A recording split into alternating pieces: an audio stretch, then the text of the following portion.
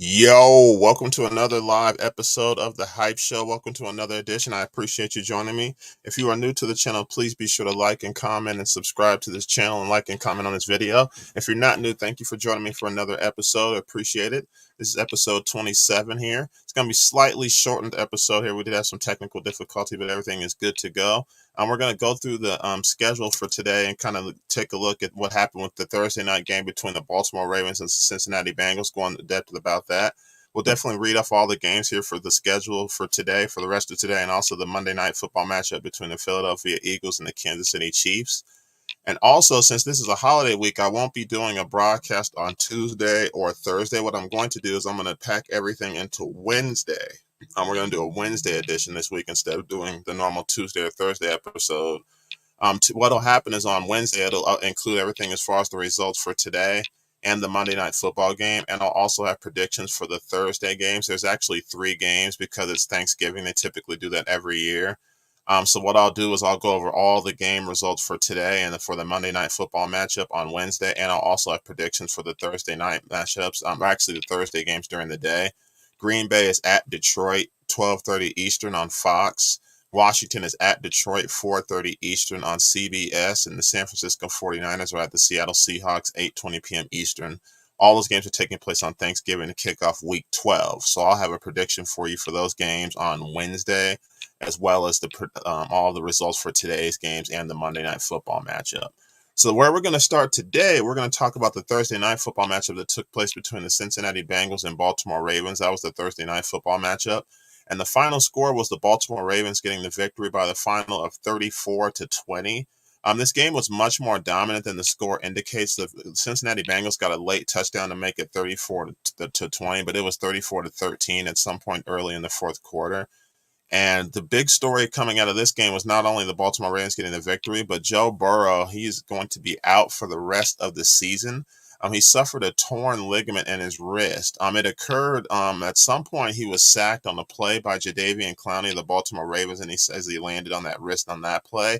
But on the very next play, he threw a touchdown to Joe Mixon. And in the process of throwing that touchdown, that was when he felt a pop, he says, in his wrist. And it turns out through the MRI to have been a torn wrist ligament.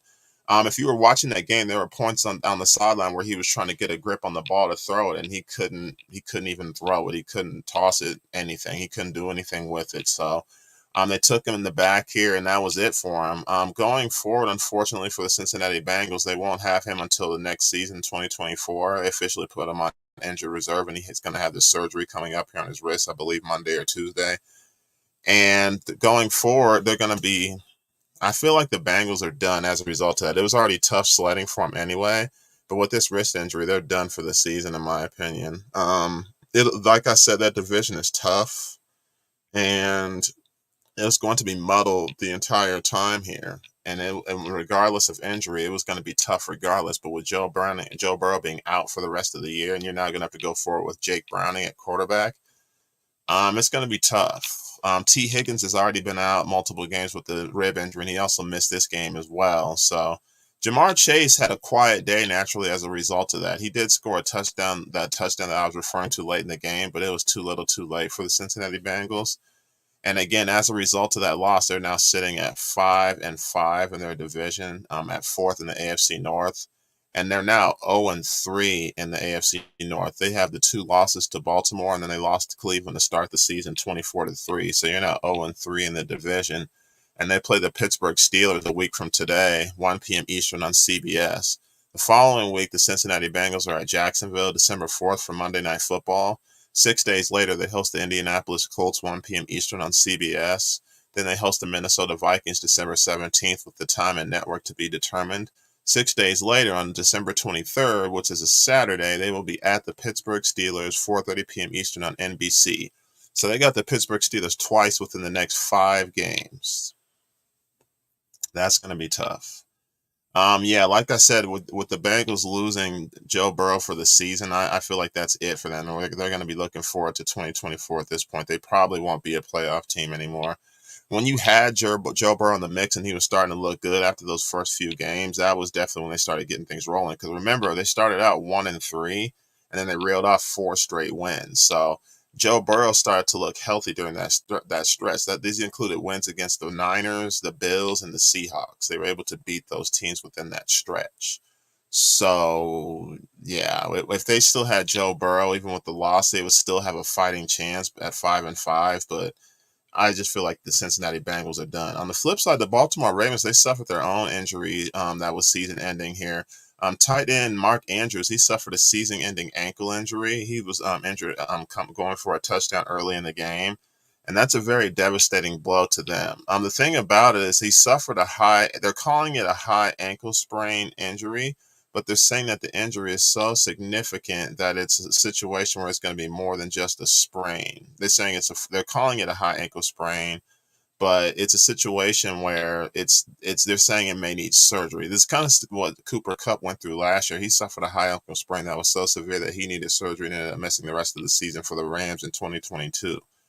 And also, the injury is sparking controversy as well because the way he was tackled by Bengals linebacker Logan Wilson, it's called a hip drop tackle. Now, this is the same type of tackle. If you remember in the divisional round last year when the Kansas City Chiefs, Patrick Mahomes, he had his ankle fallen on in a very similar fashion too, and he had to limp over to the side of the game. The way that it's described is when a defender grabs the ball carrier from behind and pulls him down while dropping his own body weight to the ground as well.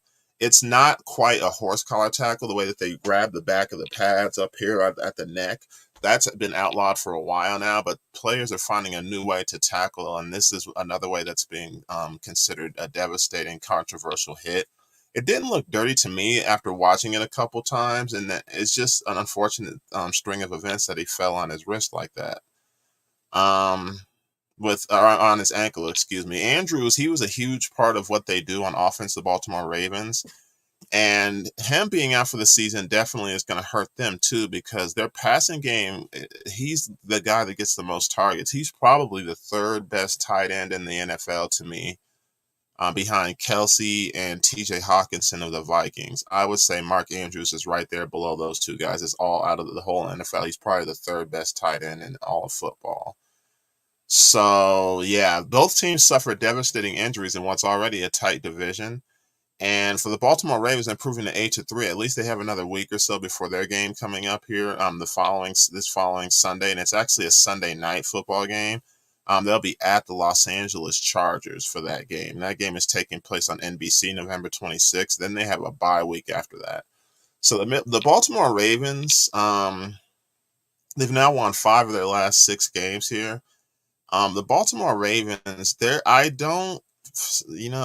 Pittsburgh and Cleveland play each other today, so naturally one of those teams is going to fall to 6-4, and the winner of that game will be just a half game behind the Baltimore Ravens. So Cincinnati may be out of the picture. You beat them both times if you're Baltimore. So Cincinnati is out of the picture for the Baltimore Ravens, but you still got to keep an eye on Pittsburgh and Cleveland. Pittsburgh and Cleveland are still going to be in your way.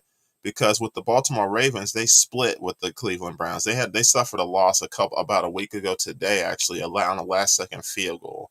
So Baltimore is already split with Cleveland, and they've beaten Cincinnati both times. So they are 3-1 in their division, which is really good.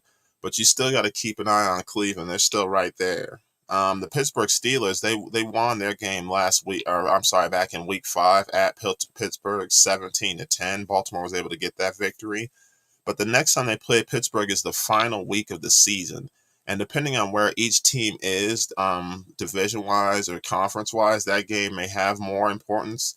Or if Baltimore's already cruised to a top seed by then, again, that's just prognosticating. But if it's a situation where Baltimore's already cruised to a top spot, that game may have less meaning and it may mean more to Pittsburgh. So we'll just have to see.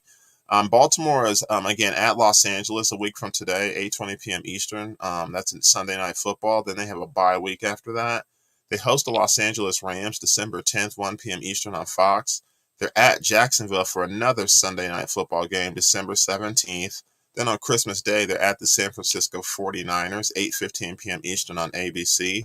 New Year's Eve, they host the Miami Dolphins. So it's getting down to the wire here. The Baltimore Ravens have 6 games left here. This season is moving along pretty quickly. And at 8-3, the Baltimore Ravens are sitting pretty. Like I said in my last broadcast, the only team that they're really looking up at in the entire conference at this time is the Chiefs. And the Chiefs, of course, host the Philadelphia Eagles for Monday Night Football, and we'll touch on that on the end of the broadcast. But Baltimore getting that victory is kind of something I kind of foresaw happening. It's just the way that it went down that I didn't see. I didn't expect Joe Burrow to obviously go down with a season-ending injury. Didn't expect Mark Andrews to go down with a season-ending injury either. So we'll just have to see how things shake up here, but it's going to be a tough sledding going forward here for this team here, the Cincinnati Bengals. But like I said, I see them being out of it. Looking ahead here to the rest of the schedule here, there's going to be some games. The rest of these games that we're going to be talking about here, these games are all taking place at 1 p.m. Eastern. The next game we're going to talk about here is the Pittsburgh Steelers traveling to take on the Cleveland Browns. This was a game that I just touched on a bit ago here. This game is taking place here at Cleveland Browns Stadium here, Cleveland, Ohio. It'll be at 1 p.m. Eastern on CBS if you have that game playing in your market.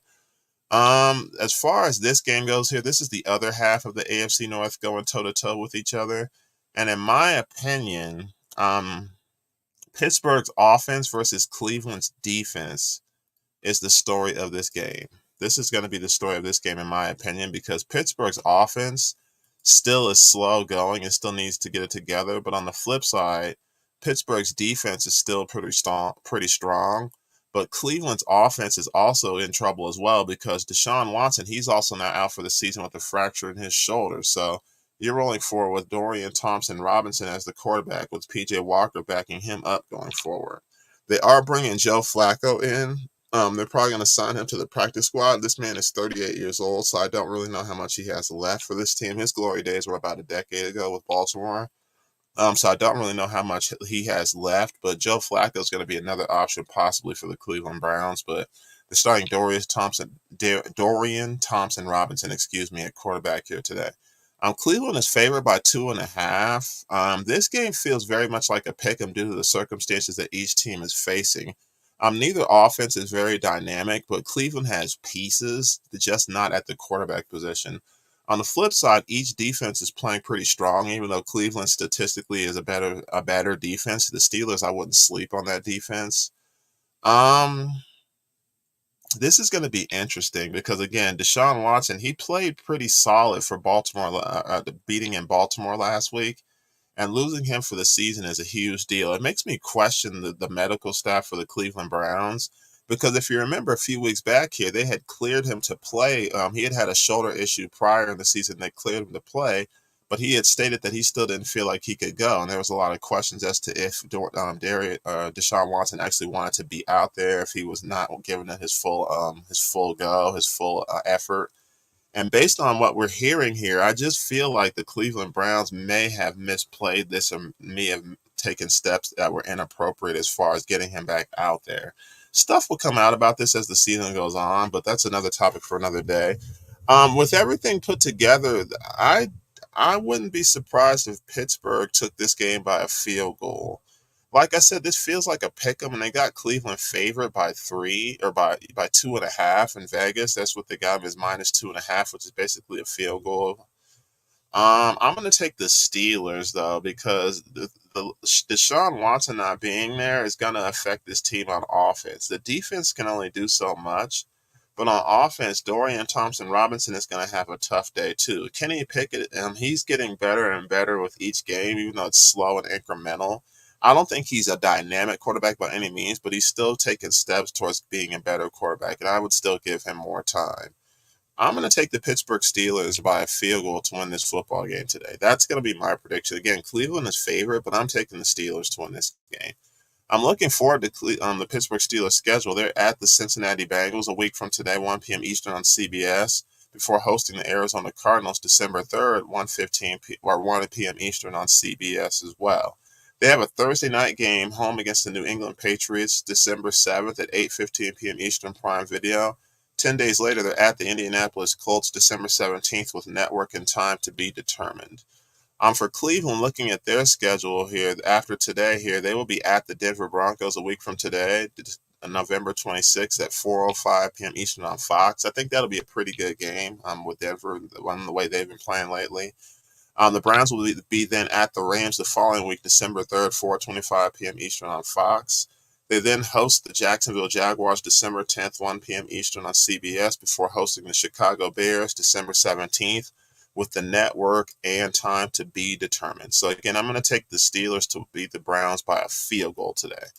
So switching gears to the next game we're going to talk about here that's also on the schedule, another divisional matchup. The Chicago Bears are traveling to take on the Detroit Lions.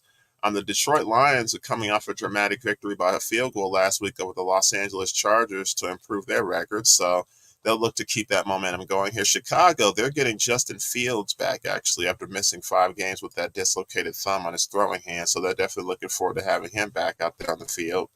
The Lions being at home at Ford Field are favored by 7.5. Actually, they're favored by 8 now. The odds changed slightly. They're favored by 8 straight up, 8 straight up points here. So that's a touchdown and a 2-point conversion here. Like I said here, I'm going to take the Lions actually to win this game here. They're looking to end some streaks here in a good way. They haven't won a division title since the 90s. Essentially, this division has always been won by Chicago in the previous years, Green Bay quite a bit when Aaron Rodgers was there, and with Minnesota a few times as well. So Detroit is definitely looking to win a division for the first time in, like I said, literally decades here. Justin Fields coming back will help the Bears a little bit. I mean, they did get a victory on Thursday Night Football 10 days ago by a final of 16-13 over Carolina. That game was kind of meh, but nevertheless, they did get the victory. And like I said, the Lions at the Chargers last week, they got a walk-off field goal to win their game 41-38. I am going to take the Detroit Lions to win this game at home. They typically romp teams at home, and also this being a divisional matchup here, they know how to play the Bears pretty well, and I just don't think the Bears have the horses to keep up with them. So I'm going to take the Lions to win this game here.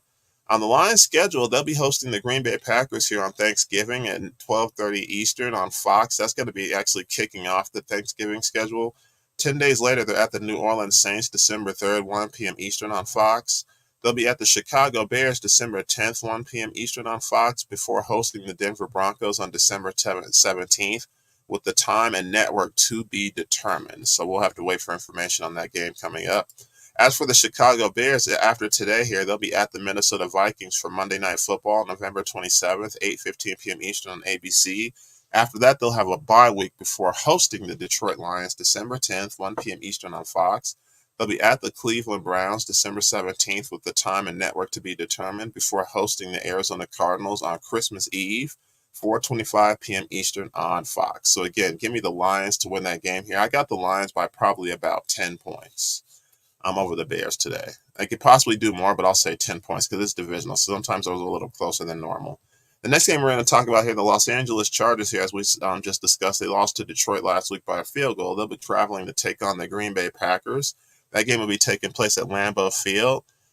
Each team is looking to bounce back from a loss here. Me personally, the Chargers, they came back, but it was kind of too little too late because the Lions had come out and jumped out to such a commanding lead. It took a lot for the Chargers to come back, but it just wasn't enough to get that game going. As far as the Packers, on the flip side for them here, the loss that they're coming off of here against the Pittsburgh Steelers, that game was very nip and tuck. And that's kind of been the case for the Pittsburgh Steelers all year. That's how their games have been played, very close, very tight. So that game result didn't surprise me with a loss by a score of 23-19. So each team looking to bounce back from a loss. The Chargers, to me, they have so much potential, but they just blow games that they really shouldn't. And at 4-5, with sitting with the Denver Broncos, it's kind of time for them to get serious. The Raiders and Broncos are starting to gain some positive momentum. Kansas City sits at 7-2, and again, they host the Eagles tomorrow night on Monday Night Football. Vegas is 5-5. The Los Angeles Chargers 4-5, and again, Denver is also 4-5 as well with their Monday Night Football victory over Buffalo just 6 days ago. They play Sunday Night Football. We'll talk about that later in the broadcast, but the Chargers got to get it going, and a victory today is needed. Green Bay, a victory is needed for them as well, but with the way Detroit has been playing and with the way Minnesota has been rolling lately, it's just kind of a situation where they're winning just kind of stay afloat more so than maintain with the other teams. So I'm actually going to take the Chargers to win this football game today. The offense for the Green Bay Packers has not been anything special all year. And the running game has been very suspect between Aaron Jones being injured with that hamstring to start the year. And A.J. Dillon, he's just not a factor of the passing game. He's more of a back just running the football. And he only has 1 touchdown on the season, and he just got that touchdown last week. So he hasn't been effective for them either. So Give me the Chargers to win this football game here today. I could see Keenan Allen having a special day today. Jair Alexander is still out for the Green Bay Packers, their top cornerback. So give me the Chargers to win today here. I could see the offense being special here. The Chargers typically don't even go to Lambeau Field that often. It's like once every 8 years, roughly. So this is a rare game here for your Packers fan, and you're checking out this game today. The Chargers typically don't visit there. Like I said, give me the Chargers to win this game. I'll take them by a touchdown to win this football game today. After that, the Chargers will be hosting the Baltimore Ravens again for Sunday Night Football, as I mentioned here, November 26th. They'll then be at the New England Patriots December 3rd, 1 p.m. Eastern on CBS before hosting the Denver Broncos December 10th, 4:25 p.m. Eastern on CBS. They then have to travel on a short week for Thursday Night Football to the Las Vegas Raiders December 14th, 8:15 p.m. Eastern on Prime Video. The schedule for the Los Angeles Chargers gets kind of tough in mid-December because, again, with them hosting the Broncos December 10th, they then have to travel 4 days later for Thursday Night Football to the Las Vegas Raiders. Then 9 days later, they're back home hosting the Buffalo Bills December 23rd at 8 p.m. Eastern. That's on a Saturday. So they have 3 games within a 2-week stretch here in December. That's going to be very interesting, and I'm curious to see how that's going to work for them, if that'll work into their favor or not. But like I said, I'm taking the Chargers to beat the Packers here today. Looking at the Packers schedule after today here, with this game taking place here, they'll then be at Detroit again. That's Thursday on Thanksgiving, noon, 12:30 Eastern on Fox. They then host the Kansas City Chiefs 10 days later, December 3rd at 8:20 p.m. Eastern on NBC, before traveling to the Giants for Monday Night Football, December 11th, 8:15 p.m. Eastern on ABC. That's going to be an interesting game. That might not be that great of a game, Packers and Giants, but we'll have to see. After that, the following Sunday, they'll be hosting the Tampa Bay Buccaneers December 17th at 1 p.m. Eastern on Fox. Switching gears here, going to the next game on the schedule here. These games are taking place at 1 p.m. Eastern. The Las Vegas Raiders are traveling to take on the Miami Dolphins. That game is taking place at Hard Rock Stadium in Miami. The Miami Dolphins are coming off of a bye week, so they're going to be fresh and ready to go here. The Vegas Raiders have won 2 games in a row since letting go of Josh McDaniels.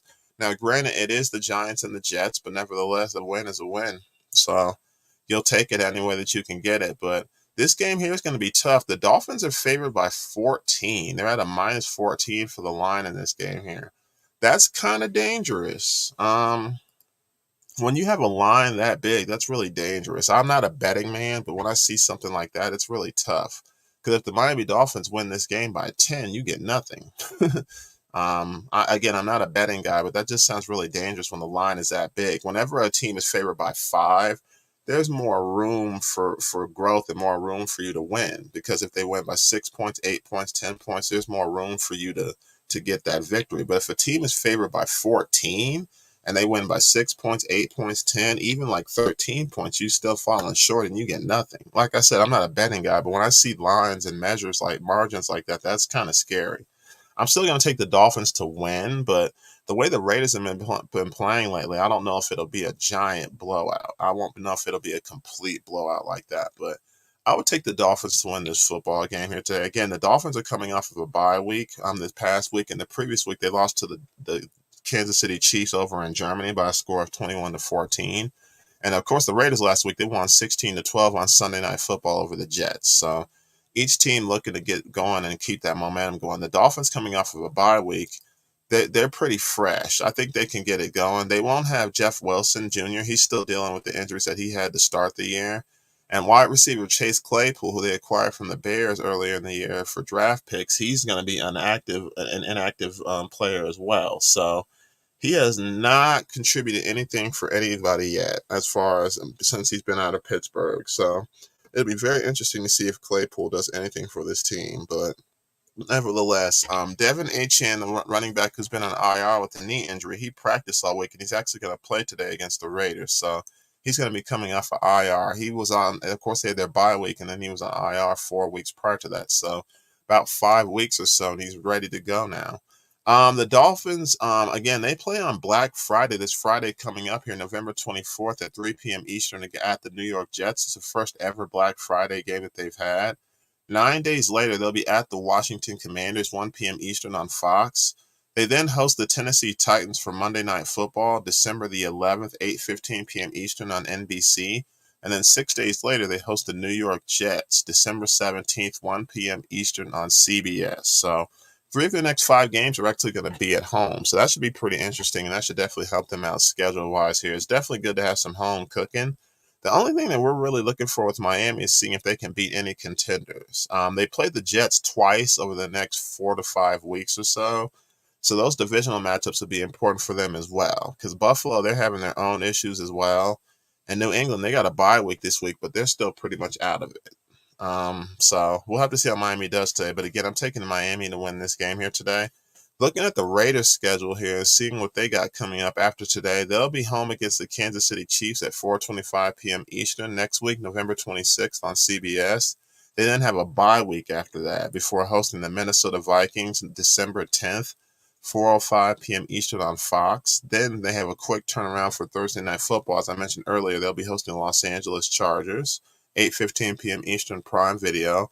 Then 11 days later on Christmas Day, they'll be at the Kansas City Chiefs, 1 p.m. Eastern on CBS. So after today here, they take on the Kansas City Chiefs 2 times in the next 4 games after the Miami game today. So if the Raiders really got it cracking like that, they definitely need to win a few of these games here to stay in the mix. But Raiders are looking good. Again, they beat the Giants and the Jets. Those are 2 of the tomato cans in the league. I get that, but a win is a win, and they'll take it any way that they can. So shout out to the Raiders here. I typically don't do that, but they definitely got themselves going in the right direction since letting Josh McDaniels go here.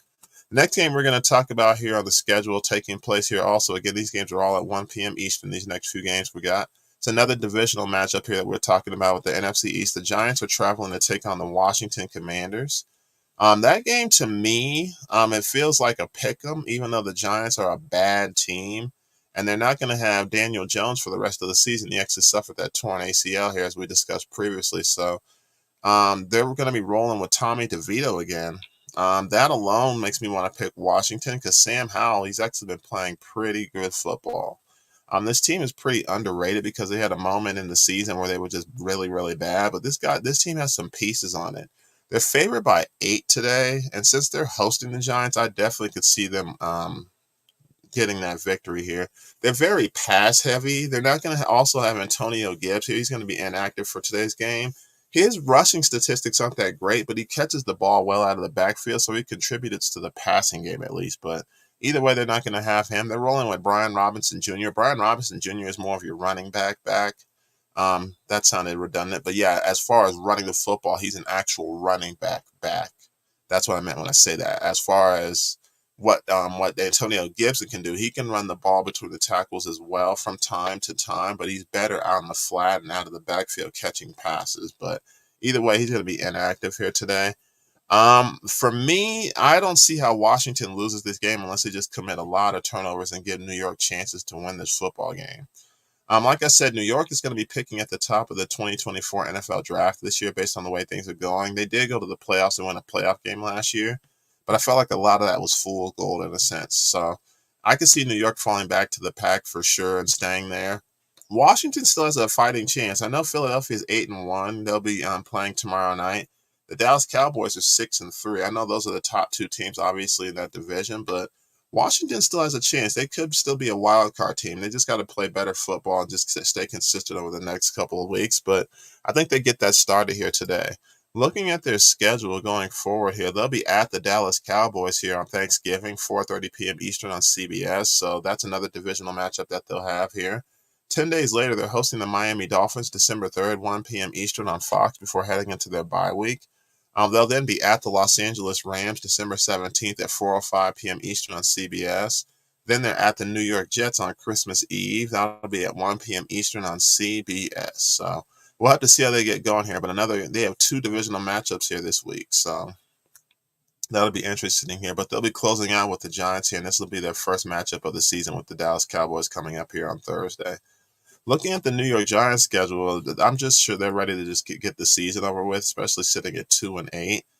They're hosting the New England Patriots 1 p.m. Eastern on November 26th next Sunday on Fox. New England will be coming off of their bye week, which is this week, so I'm very curious to see how that's going to be. That's going to be a game of attrition more so than a game of a team just absolutely dominating. I'm very curious to see how that'll look.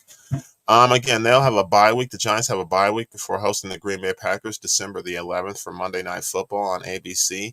6 days later, they're at the New Orleans Saints December 17th at 1 p.m. Eastern on Fox.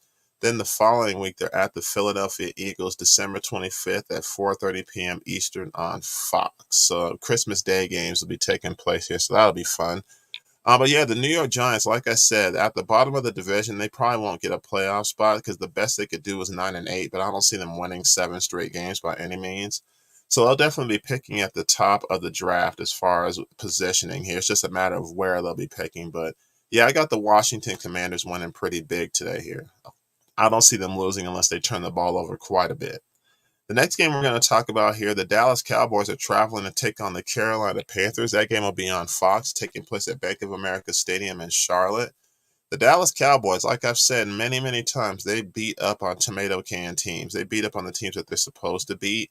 And I would not be shocked if they roll over the Carolina Panthers today. They're favored by 11 points, and the Panthers have only won one game all season, which was over a sneaky one over the Houston Texans, which is hard to believe considering how Houston's been this year. And Carolina, like I said, just as I was mentioning with the Giants, they're going to be picking at the top of the NFL draft in 2024. It's just a matter of what position they take. I strongly recommend a wide receiver because Adam Thielen is easily their number one guy, and everybody else is clearly distant behind him as far as targets and receptions. He gets about 11 targets per game. The next guy gets about 4, maybe 5 targets. So Adam Thielen is clearly going to be your wide receiver for that team, but you need another wide receiver, and I'm pretty sure that's where Carolina may go. Wide receiver, possibly running back, possibly on the line, but they need a lot to be better. Dallas, again, as I was talking about when I was talking about the Commanders, Dallas is keeping pace just currently with Philly right now. They've already lost 2 to Philly head-to-head, and they're 2 games behind right now. So they need to keep winning football games until they actually see Philadelphia again. So give me the Cowboys by a lot. They host the Washington Commanders on Thanksgiving, as I mentioned here, 4:30 p.m. Eastern on CBS. The following Thursday, November 30th, they host the Seattle Seahawks, 8:15 p.m. Eastern. That'll be on Prime Video. Then 10 days later, they host the Philadelphia Eagles, December 10th, 8:20 p.m. Eastern on NBC. So that'll be another chance for them to get that game. The following week, they're at the Buffalo Bills, December 17th, 4:25 p.m. Eastern on Fox. And the Bills, they got their own problems, so that's going to be a very important game for each team. Like I said, give me the Cowboys to win today here over the Panthers by at least 10 points. I'd be shocked if it was anything less than that.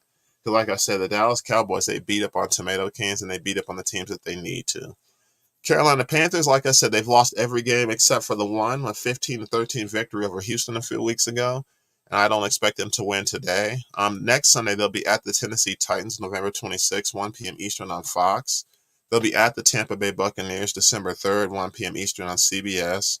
They'll be at the Saints December 10th, 1 p.m. Eastern on Fox before hosting the Atlanta Falcons December 17th with the time and network to be determined here. So it's kind of hard to see where they get the wins. They might be able to squeeze out maybe 2 more wins, possibly to be 3-14 for the season, but it's tough to see where Carolina gets their wins from. This is a team that just has a lot of holes. You got a couple pieces here, and with Bryce Young at quarterback, me personally, if I'm the Carolina Panthers, I think about should I have taken C.J. Stroud. He's bigger, he's stronger, and he's played better football so far. He's having one of the best rookie quarterback seasons in history, like statistically speaking. And if you just look at Houston, they're in the mix already. They're in the mix for a wild card spot this year after being one of the worst teams in the league the last few years, if not the worst team. So now, if you're Carolina, you have a lot of questions as to what you're going to do with that pick. Do they trade again and get more picks? Because in the situation they were in last year, they traded picks away to the Chicago Bears to get that number 1 pick so that they could draft Bryce Young. Do they just stick with having a top pick? Because part of that problem is that pick is going to belong to Chicago because of that trade you made. So, again, that's going to put a damper on what they can actually do as far as improving this football team. So, Carolina, they're going to have a lot of questions going into the offseason about what they do as far as who they keep because the average turnover as far as players on a team is 33%. So every year, on average, a third of your roster is different. There's going to be certain guys that you know are going to be there. There's certain guys that you're iffy about, and there's certain guys that you know are going to be gone. So it's just a matter of attrition for Carolina at this point here. And like I said, for Dallas, if you want to stay afloat and stay in the mix with the Philadelphia Eagles, you got to keep winning football games, especially with the head-to-head loss. you won't see the Philadelphia for a few weeks to be able to avenge that loss. So got to keep winning football games. The next game we're going to talk about here, another 1 p.m. matchup here, 1 p.m. Eastern taking place. The Tennessee Titans are traveling to take on the Jacksonville Jaguars. That game is taking place at Everbank Stadium in Jacksonville, Florida. Me personally, that game is going to be showcasing more of Will Levis at quarterback for the Tennessee Titans. Ryan Tannehill is back, and he's off the injury. He's back off injury, but he's going to be the backup to Will Levis. They stated that he's going to be the quarterback for the rest of the season at starter for the Tennessee Titans because they want to see what he's got. And barring injury, that's going to be the way it is going forward. Malik Willis is actually inactive today. He's not going to be available for the Titans. I think he's going to be the third quarterback going forward here. It's a coach's decision, which means that he's a healthy scratch. Like, there's no injury or anything going on with Malik Willis, so he's just going to be inactive just as a result of the roster. So, again, Will Levis is going to be getting the start for Tennessee with Ryan Tannehill backing him up. He had missed the last few games with an ankle injury. The Tennessee Titans, they've lost 4 of their last 5 games here, including that loss at Tampa, 20-6. You clearly saw the novice at quarterback in that game. Will Levis was easily outplayed by Baker Mayfield. Baker Mayfield didn't have a great game, but because of his experience, he made the right plays at the right time to win that game for them. On the flip side, the Jaguars came off of a bye week and absolutely got demolished by the 49ers last week, 34-3 at home. So they're very quick to get that taste out of their mouth. That was just a rough game all the way for that team last week. So the Jacksonville Jaguars are favored by 6.5, which is essentially a touchdown and an extra point. So I'd be willing to take that. I could see them winning by more than that, probably a 10-point victory over the Titans today. I could see that winning. This will be their first 3-game winning streak against the Titans since the 2005-2006 seasons here. The Tennessee Titans were typically better than Jacksonville throughout that time period. So Jacksonville's their success over the last year or so due to more of the coaching staff being solidified with Doug Peterson and the players that they've gotten over the last few years. So, because in 2021, they were a bad team also. So, this is recent success for Jacksonville, whereas with Tennessee, they had a lot of recent success until the last few years or so. Like, they've been a playoff team, but just not as good as they typically have been lately. So, give me the Jacksonville Jaguars. I'm going to say by 10. They're favored by 6.5, so I'll take those points as well. The Jacksonville Jaguars are then at Houston the following Sunday, the 26th, 1 p.m. Eastern on CBS in another divisional matchup. December 4th, they're hosting the Cincinnati Bengals on Monday Night Football. That game, that luster is gone from that game with Joe Burrow getting injured. When I talked about this game just a week ago, I actually was talking about how excited I was because you're going to be seeing Trevor Lawrence versus Joe Burrow, and that's gone now with Joe Burrow being out for the season. The following week, the Jaguars are at the Cleveland Browns December 10th. That's a Sunday, 1 p.m. Eastern on CBS, before hosting the Baltimore Ravens for Sunday Night Football, December 17th on NBC.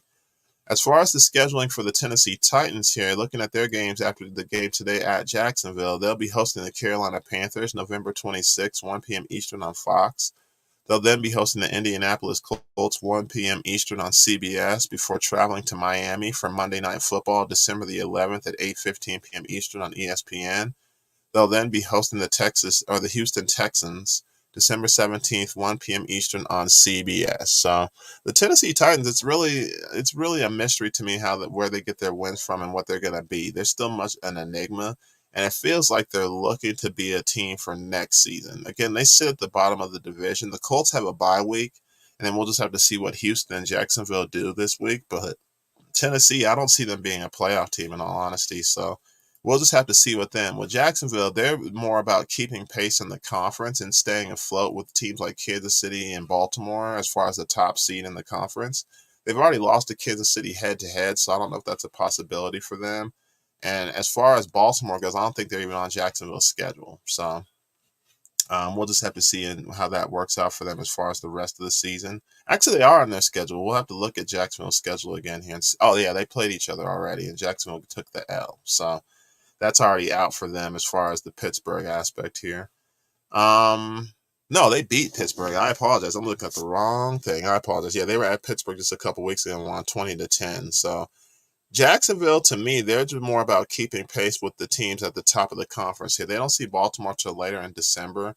And, of course, as I stated, they lost to Kansas City the second week of the season to open their home schedule. So It's more about beating Baltimore and just winning your games the rest of the way if you want to be a top seed. Jacksonville, to me, will probably be about the 2 seed or 3 seed at best. I don't see them being better than Kansas City or Baltimore unless something just drastic just happens with each of these teams as far as their victories and their schedule down the line. But give me Jacksonville to win this game here today. And at Houston, we'll talk about that next Sunday as far as a prediction. But that's going to be a very important game for each of those teams for sure here.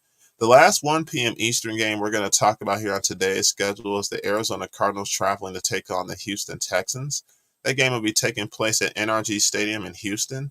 The Houston Texans are having a surprisingly good year after the way things went last year. CJ Stroud has definitely been a revelation for this team, and they definitely got their quarterback. They definitely got their guy for the future, so that's definitely exciting. The Texans haven't had a guy at quarterback since Deshaun Watson like 4 years ago. That was definitely when he was at his best. And so it's nice to have CJ Stroud. He's been very electric. And also the leadership of D'Amico Ryans as their first-year coach. I can't stress that enough. He's made the Houston Texans a relevant team for the first time in years. They're definitely back on the map. CJ Stroud, he's going toe-to-toe against Kyler Murray. Kyler Murray's going to be back at quarterback for the Arizona Cardinals here. He got the win last week as the Cardinals had broke the losing streak they were on.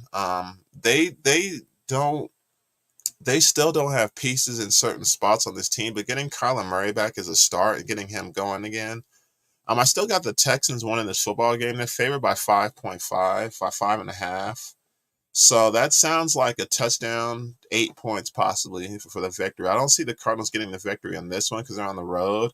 And that Atlanta team that they beat last week, Atlanta's a very inconsistent team, very up and down team, and they got a lot of problems themselves. Atlanta's actually going back to Desmond Ridder at quarterback after starting Taylor Heineke. So that Cardinals team that they beat, the Falcons team that the Cardinals beat, they got their own problems. They didn't beat a team that's of any validity. The Cardinals beat the Cowboys early in the season, but I feel like the Cowboys were sleeping on them and weren't taking them seriously, and they were looking ahead, which is why the Texans got that victory. But otherwise, the Texans aren't a good team. They aren't a team that's equipped to do anything this year as far as playoff stats, and they're definitely looking forward to next season at picking probably in the top 5, top 10 of the draft. They're in the top 5 right now, I believe. I think they have the second or third pick if the draft were to be taking place next week or something like that. But the Cardinals, yeah, I don't even know where their next win is going to come from. The Texans, on the flip side, they're fighting for a wild card spot. They went toe-to-toe with the Tampa Bay Buccaneers a couple weeks ago and got that victory in a shootout. Then they went to Cincinnati last week and got a huge win, 30-27. That was with Joe Burrow in the lineup. That was the last full game he would play for the season. So after this week here, the Texans are hosting the Jacksonville Jaguars November 26, 1 p.m. Eastern on CBS. They then host the Denver Broncos the following week on December 3rd, 4:05 p.m. Eastern on CBS. Then they're at the New York Jets December 10th, 1 p.m. Eastern on CBS before traveling to Tennessee to take on the Titans December 17th, 1 p.m. Eastern on CBS. So we'll just have to see how things are going for the Houston Texans here. I see them getting the win today, but Jacksonville is going to be a tough one. They already surprised Jacksonville in their house back in week 3, and I think Jacksonville will be ready for them next week.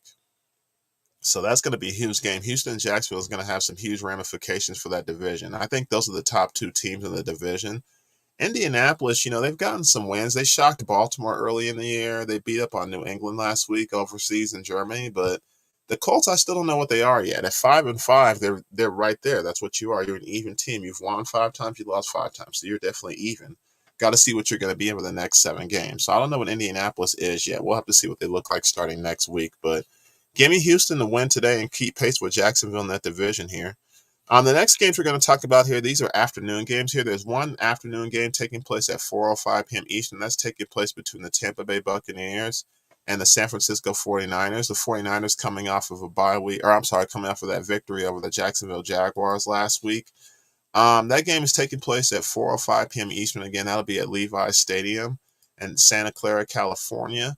In all honesty, to me, the Tampa Bay Buccaneers, that loss that they took, or that win that they got last week, that was more to do with Tennessee not being that equipped on the offensive side of the football and having holes on defense due to injury.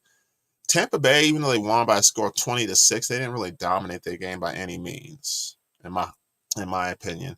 The 49ers are favored by 13.5, and with them being at home today, again, as I mentioned earlier with the Dallas-Carolina game, that's a very dangerous margin if you're a betting person at 13.5. Because even if the 49ers win by 12, you don't get anything. So that's a dangerous game if you're a betting man. I could see them winning by that amount, but just be very careful as far as taking those points. I don't see the 49ers losing this game unless Tampa Bay gets a couple of early opportunities, whether them turning the football over on offense, the Niners, or the Buccaneers making some great plays down the field on offense themselves. So we'll just have to see, but I'm definitely taking San Francisco to win this football game. I don't see them losing unless they just come out flat like they did against in other games previous to the one against Jacksonville where they just demolished them. The 49ers are at the Seahawks on Thanksgiving, 8:20 p.m. Eastern on NBC. They're then at the Philadelphia Eagles 10 days later, December 3rd at 4:25 p.m. Eastern on Fox. That's going to be a good one.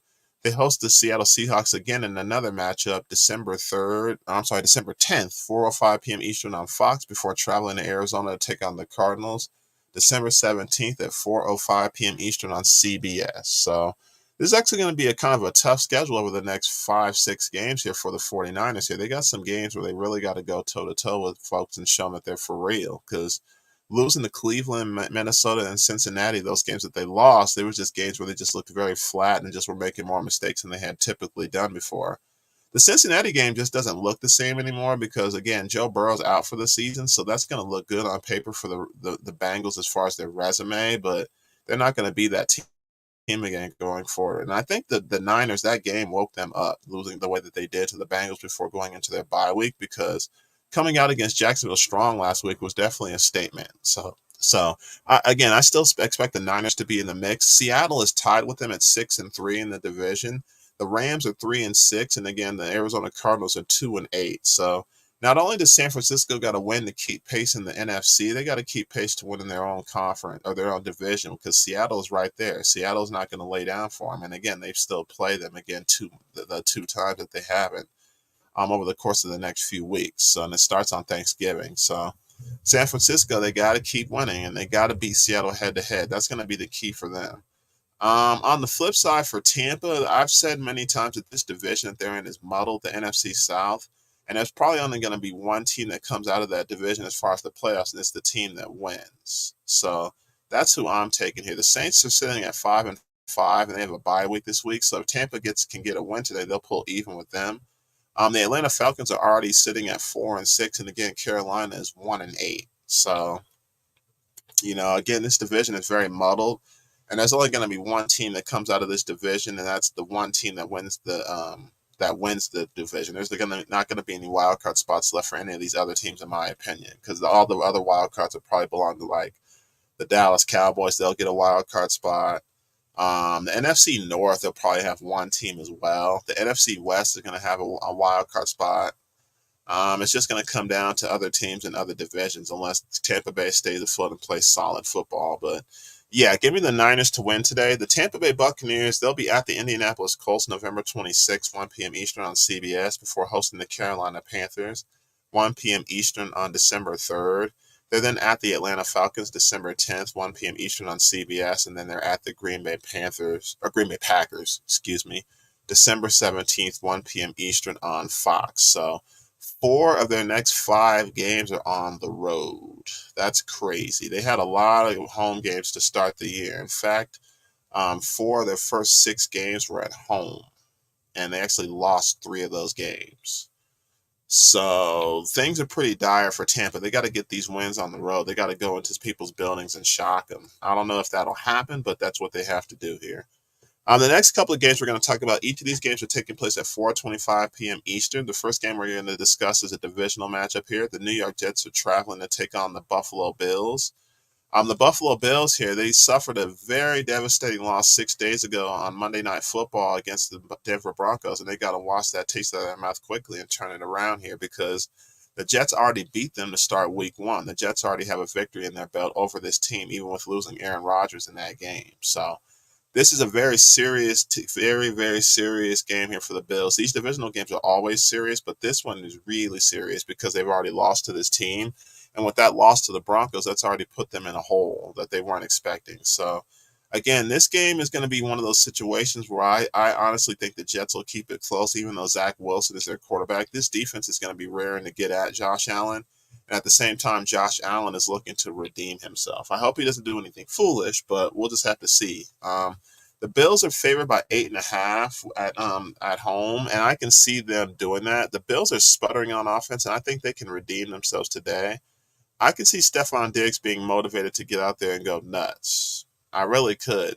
The Bills' defense is where the problem is. The defense was typically in the top five as far as points and as far as doing what they needed to stop other teams. But when you have got guys like Matt Milano out for the year, when you have Daquan Jones, the defensive tackle, out for the year, when you have Tre'Davious Ward out for Tre'Davious White, out for this team in the backfield, or in the secondary, that's just going to cause issues on defense here. Von Miller, he's been back for this team, but he's not the same Von Miller that the Broncos had for a decade or so. He's not that guy anymore. He's only getting older. So it's the defense that's going to keep the Bills really going in this game here, because the offense, if they play like they've been capable of playing, they'll be fine. Buffalo, they've lost 3 of their last 5, including 2 primetime matchups here, the Denver matchup on Monday Night Football, and then a couple weeks ago on Sunday Night Football at Cincinnati as well. Again, that game looks different with Joe Burrow being out, but Buffalo, I see them getting the win today. The Jets, they've taken a couple L's here. They took the Sunday Night Football loss here at the Raiders last week, and then the Chargers game, they just got spanked. They just went out there and got kicked in the teeth. So for me, the Jets, if they want to win this football game here, they just need better play. They're just touchdown challenged here. They've scored 8 touchdowns in 9 games. This offense has just not been good. So if Breece Hall does what he does, he's pretty much been the offense for this team. Zach Wilson has 5 passing touchdowns all year. That's not going to get it done. So give me the Bills to win this football game here. They're at the Philadelphia Eagles next Sunday, 4:25 p.m. Eastern on CBS before they head into their bye week, Week 13. They're then at the Kansas City Chiefs after that, December 10th, 4:25 p.m. Eastern on CBS before hosting the Dallas Cowboys, December 17th, 4:25 p.m. Eastern on Fox. Then 6 days later, they're at the Los Angeles Chargers, December 23rd, 8 p.m. Eastern. So that game will be taking place on a Saturday before Christmas. So very interesting here with what their schedule looks like here. It's hard to say if this team is going to win games because nobody had them losing to Denver, especially at home. And the Denver came in there and just took it from them. So it's going to be hard to predict what the Bills are going to do. And the schedule gets tougher. The Jets, the Eagles, the Chiefs. Between being a divisional matchup and between playing the 2 teams that were in the Super Bowl last year, those could be losses. And then going to face the Cowboys are going to be ready to go too, and that offense could take advantage of those holes I was mentioning on defense. So the Bills, they're in trouble, man. With only 7 games to go, they really got to get it together. They're only a half game ahead of the Jets with the loss, and then they're still behind Miami with them hosting the Raiders later today. So Buffalo needs this win. There's no doubt about that in my mind. Buffalo needs to win today. I can't stress that enough. The Jets, on the flip side, they're not out of things by any measure of it, but that offense needs to play better. They had a nice 3-game winning streak early in October, and that's kind of gone by the wayside with the way they've lost to the Chargers and to the Raiders the last couple weeks. So after today here, again, they have a game Black Friday against the Miami Dolphins. That'll be the first Black Friday game in NFL history. They'll be hosting the Dolphins, and that's taking place at 1 p.m. Eastern on the 24th, this Friday. They'll then 9 days later, they'll be hosting the Atlanta Falcons, December 3rd, 1 p.m. Eastern on Fox. They'll then be hosting the Houston Texans, December 10, 1 p.m. Eastern on CBS before traveling to take on the Dolphins again, December 17th, 1 p.m. Eastern on CBS. So the Jets got some tough sled, and they really need that offense to get it together. That's plain and simple what the Jets need. The defense has been pretty solid in spots all year, but that offense is bad, and they were expected to be a good team prior to the season because you're bringing Aaron Rodgers to smooth all that over, and they don't have that anymore. So you just got to do what you got to do here. The last afternoon game we're going to be talking about taking place, that's also at 4:25 p.m. Eastern. That's a divisional matchup here. That's taking place with the Seattle Seahawks traveling to take on the Los Angeles Rams at SoFi Stadium in an NFC West matchup. The Rams are actually favored by 2 points at home in this game, and that's kind of strange to me here. The Seahawks, I'm pretty sure they're eager to show that loss that they got back in week 1 was a fluke, especially at home. because I picked the Seahawks. I remember picking the Seahawks emphatically to start the season on that game, and they just got blasted. We discovered who Puka Nacua was that day at wide receiver 2 with Cooper Kupp being out. So Puka Nacua is a nice, solid number 2 receiver to have to Cooper Kupp because you know he's going to be your number 1 guy. Jamal Adams, he's going to be questionable for this game for the Seahawks here. He's been dealing with various injuries with his knee and shoulder, and he's going to be questionable. He did play last week, but I probably think he'll be out there this week. He's just had a lot of injuries everywhere. So we'll just have to see what they do here. The Rams, they've lost 4 of their last 5 games here prior to having a bye week last week. So they're definitely looking to get back on the winning side of things here. The Seahawks, they've won 3 of their last 5, so they've been very up and down here. They got the win last week at home over the Washington Commanders, 29-26, in a walk-off field goal. So the Seahawks, they're keeping pace with San Francisco right now at 6-3 in the division, and the Rams are 3 whole games behind them. So if the Rams want to get back on track here, it starts today. I don't know if they'll be a playoff team here, but this will definitely at least keep them in the mix here. Matthew Stafford is going to be back at quarterback for this team here, so that'll definitely help. That was part of the problem with this team is they didn't get solid quarterback play the last 2 weeks in his absence. So that'll definitely help, but it's just hard to take the Rams. It's just strange to me that the Rams are favored. I don't know if that has anything to do with the previous victory all the way back in week 1 or what, but I can still see the Seahawks coming in there and winning by a field goal. This feels more like a pick 'em than it does the Rams by 2. And in my opinion, anything within a couple of points is a pick 'em. So I'm going to take Seattle by a field goal to win this game here today. The Seattle Seahawks after today here, their schedule looking ahead, they're hosting the San Francisco 49ers for Thanksgiving. That'll be at 8:20 p.m. Eastern on NBC. Then 7 days later, they're at the Dallas Cowboys for a Thursday night football matchup November 30th, 8:15 p.m. Eastern on Prime Video. 10 days later, they're at the San Francisco 49ers December 10th on Fox, 4:05 p.m. Eastern. Then they're against the Philadelphia Eagles. They'll be hosting them December 17th, 4:25 p.m. Eastern on Fox. So after today, you got the Niners twice, the Cowboys, and the Eagles in that 4-week period after today. That's going to be tough. That could make or break Seattle, especially fighting for the division. They haven't played San Francisco head-to-head yet, so we got to see who's actually going to take that division because, again, each team is sitting at 6-3. So I'm actually going to take Seattle by a field goal over the Rams today here in a close matchup. The Rams, on the flip side, looking at their schedule, they're at Arizona next week, 4:05 p.m. Eastern on Fox, November 26th. They host the Cleveland Browns December 3rd, 4:25 p.m. Eastern on Fox. They're then at Baltimore December 10th, 1 p.m. Eastern on Fox before hosting the Washington Commanders December 17th at 4:05 p.m. Eastern on CBS. The Rams added Carson Wentz to the mix as far as being a backup quarterback to Stafford. Carson Wentz, he hasn't worked with the teams he was with. He was with the Eagles briefly before they decided to trade him to the Colts. He was only with the Colts for a season before their owner, Jim Irsay, said, nope, this is not going to work for me. He ended up with Washington last season and played with them a bit for the Washington Commanders, but they decided to go with Sam Howell instead as their guy. They didn't want Taylor Heineke or him in the mix anymore. So they decided to go with Sam Howell as their quarterback, and it's been playing pretty well for Washington so far. They're just still trying to get him acclimated. So maybe Carson Wentz could be something for the Rams, possibly. This is kind of the role that Baker Mayfield played for them last year when Stafford went down with a shoulder injury. I don't know if he'll be there past the season. We'll just have to see. But looking at the Rams here, they got some tough sledding coming up as well, and it's just going to be kind of difficult to see where they get their wins too. They've lost their last 3 games in a row, so we'll just have to see what they can do. But that offense definitely needs to get it together. The next game we're going to talk about here is the Sunday night football matchup here. That's the Minnesota Vikings. They'll be at the Denver Broncos. That game is taking place at Empower Field at Mile High Stadium. The Denver Broncos are actually favored by 2.5 in this game here. Again, that feels more like a pick 'em when a team is favored by 2.5.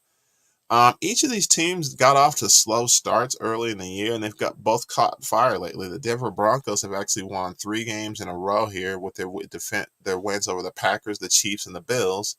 And the Vikings' last 5, they've won 5 in a row. It's hard for me to say who's going to win this game. The Vikings are not bringing back Justin Jefferson. He's going to remain on IR and possibly be out another week after that. We'll just have to see. The Minnesota Vikings are starting Joshua Dobbs at quarterback. The rookie quarterback Jaron Hall, who was supposed to take over after Kirk Cousins went down, he's still going through concussion issues and he's still in concussion protocol. So Joshua Dobbs is getting the start for this team here, and he's definitely caught fire. He played great football for Arizona, even though they weren't getting wins. And with him coming to the Minnesota Vikings here, that's definitely going to open things up as far as possibilities for them as well. Um, this game, again, it feels like a pick 'em because the Denver Broncos have a lot of misleading stats. The Russell Wilson has 18 touchdowns to just 4 interceptions this year. He's having a much better year statistically for the Broncos than in 2022. And Cortland Sutton already has a career high 7 touchdowns halfway through the season. So there's good stats that pop out at you for the Broncos, but at the same time, there's just still some things that they leave to be desired. Minnesota is favored in this game here as far as the matchup predictor, but I, it's very interesting. Every time I pick the Broncos, they lose, and when I pick against them, they find a way to win. It's kind of funny how that works here. As far as I'm concerned, based on what I've seen over the past few weeks here with each of these teams, if the Denver Broncos can play good defense, it doesn't have to be great defense, but it has to be good enough defense here to disrupt that offense. Without them having Justin Jefferson, I can see the Broncos taking this game close. Denver is favored by 2.5. I'm going to take Denver close to win this football game. I'm going to take Denver. I'm going to go ahead and take Denver to snap Minnesota's winning streak.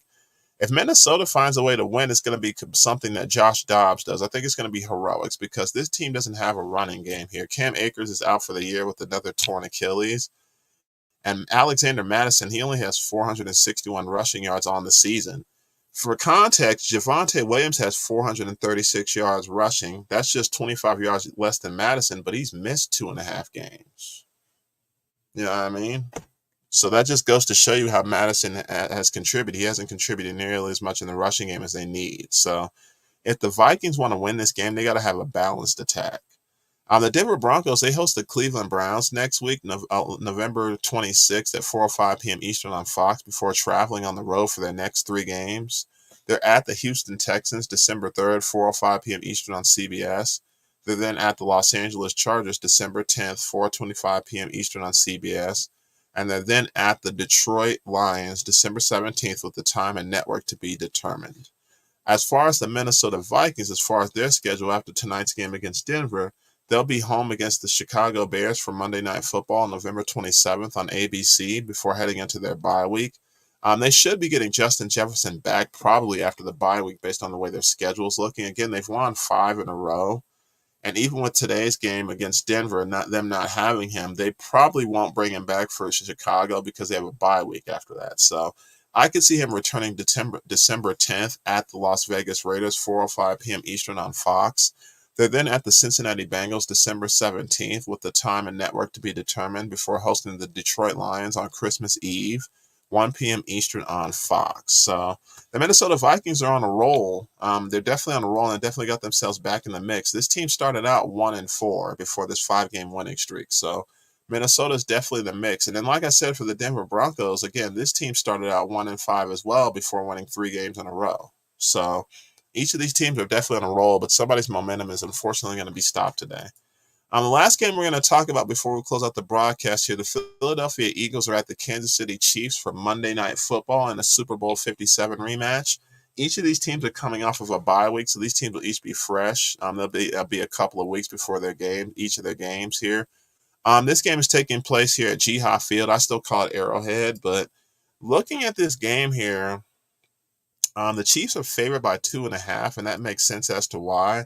The Eagles are 8-1, and the Chiefs are 7-2. So each of these teams are playing great football coming off of last season, and it's going to be tough to bet this game. Unless you have absolute faith in your team, I would stay away from this game here as far as betting that margin.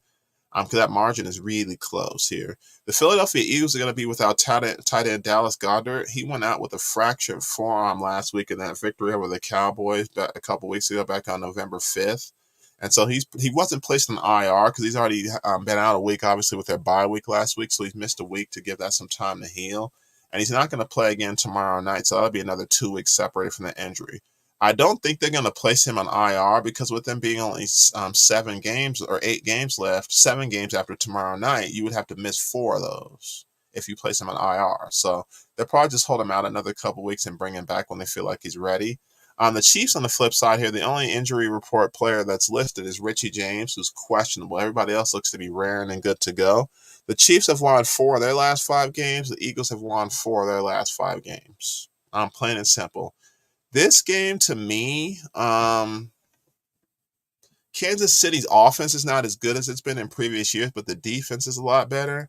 And with the Philadelphia Eagles, they're up for this game. They definitely want to get this game. This is the team they saw in the Super Bowl, so they're up for this game. They definitely want to get it going. This game is hard to pick. It really is. It's really tough to say who's going to win this football game. Each team is coming off of a bye week, and they have an extra day to go along with that. And on top of that, neither team has really looked bad to me. I feel like with the Kansas City Chiefs, with them losing to the Lions by 1, a play or 2 here or there could have got them a victory. And then the loss to the Broncos, they just came out flat. Patrick Mahomes, he had the flu apparently, and he just didn't feel well. That's not an excuse that they're going to make.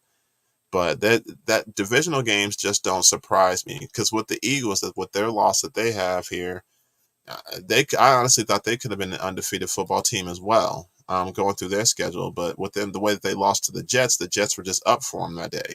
Every team has at least one bad game per year. I feel like each team has gotten that game out of their schedule, out of their system with their schedule. As far as the victory, man, I'm going to go ahead and take Kansas City by 4 points. I don't think either team is going to blow each other out, but I could see Kansas City causing a turnover or 2 on defense and winning this game close. I don't think they'll blow out Philadelphia, but I think they'll make the right plays that they need to get the victory. On the flip side for Philadelphia, if they want to win this football game here, Jalen Hurts has to be 2 things. He has to be healthy, which I don't know if he is. That knee has been an issue, and when they ask him about it, he's very mum on the subject. And he has to be effective. He has to be effective on offense, running the football and getting the ball to his guys on the football field. As far as AJ Brown and Devontae Smith, getting them each involved is going to be key for them because you're not going to have Dallas Goedert at the tight end position. So if Philadelphia wants to win, they just got to play balanced football here. But like I said, this feels like a pick 'em. I'm really only taking Kansas City because of the home factor. The Eagles, they host the Buffalo Bills here a week from today, November 26th at 4:25 p.m. Eastern on CBS. They then host the San Francisco 49ers December 3rd at 4:25 p.m. Eastern on Fox before traveling to Dallas for another divisional matchup to take place December 10th on Sunday Night Football on NBC. And they're then at the Seattle Seahawks December 17th, 4:25 p.m. Eastern on Fox. So after this Kansas City game today, things get real for the Philadelphia Eagles. They got Buffalo, San Francisco, Dallas, and Seattle after this. Those are going to be tough games. You're probably going to lose a couple of those. They host the Giants on Christmas, so that should be a win, but got to get through some games before you even get to that, before you even talk about that. The Kansas City Chiefs, they're at the Las Vegas Raiders a week from today, November 26th, 4:25 p.m. Eastern on CBS. Before traveling to Green Bay for Sunday Night Football, December 3rd, NBC, on Sunday Night Football, 8:20 p.m. Eastern. They then host the Buffalo Bills December 10th, 4:25 p.m. Eastern on CBS. They're then at the New England Patriots for Monday Night Football, December 18th, 8:15 p.m. Eastern on ABC. So for the Chiefs, their schedule is a little lighter after they play the Eagles. Their schedule lightens up a bit. So they still got the Raiders a couple times. We'll have to see how those games go, but the Chiefs, I think, will be fine. The Philadelphia Eagles are definitely the ones that are going to be getting tested. So we'll just have to see how each of these schedules shake out for each team. But these tests are going to be coming quick for each of these teams prior to the playoffs getting started. That wraps up the schedule for Week 11. Like I said, the next time I'm going to broadcast is going to be on Wednesday as opposed to Tuesday. With Thursday being Thanksgiving, I'm going to need to go over all the games for this week, and I'm also going to preview the 3 games for Thanksgiving that are going to be taking place. So that's going to be a nice king-size broadcast for you guys on Wednesday. So, again, I won't be on Tuesday or Thursday this week. It'll be on Wednesday the next time I broadcast. If you're new to the channel, please be sure to subscribe. It definitely helps out the channel a lot. And be sure to like and comment on this video. And if this is your first time checking out the channel, I definitely appreciate you joining me today. Thank you so much again for another episode here. Again, subscribe to the channel if you are new. Again, this is Big J All Day, aka the Mighty Big J, and this is the Hype Show. Thank you so much for joining me. You have a great rest of your day. Enjoy the games, and I hope you have a great holiday week as well to go along with that. Peace out. Have a good one. Take care. Thank you so much.